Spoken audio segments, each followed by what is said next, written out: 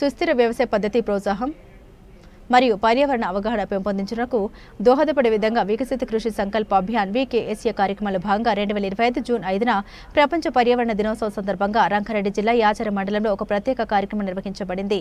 ఈ కార్యక్రమం రైతులు, సంబంధిత అధికారులు మరియు సమాజాన్ని పర్యావరణ హిత వ్యవసాయ విధానాలను స్వీకరించేందుకు ప్రేరేపించడమే లక్ష్యంగా సాగింది। ఈ సందర్భంగా మండల వ్యవసాయ అధికారి శ్రీ రఘునాథ్ గారు మాట్లాడారు।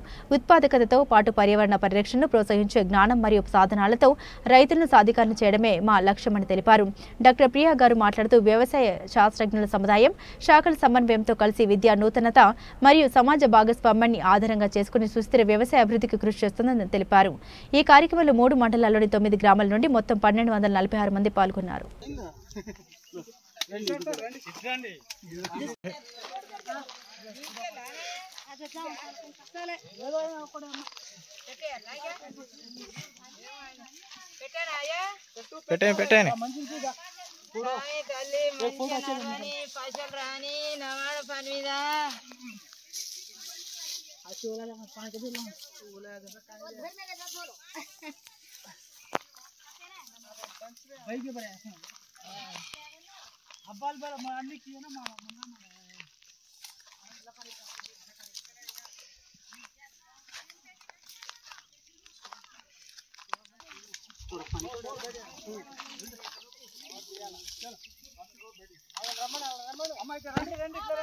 सर सर అవునా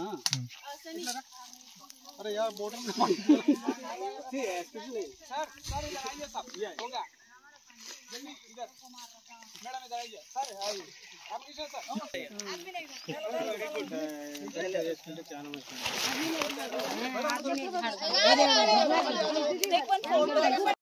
ఈ అవగాహన ప్రోగ్రామ్ ఎలా అనిపించింది, మీ ఫీడ్‌బ్యాక్ చెప్పండి।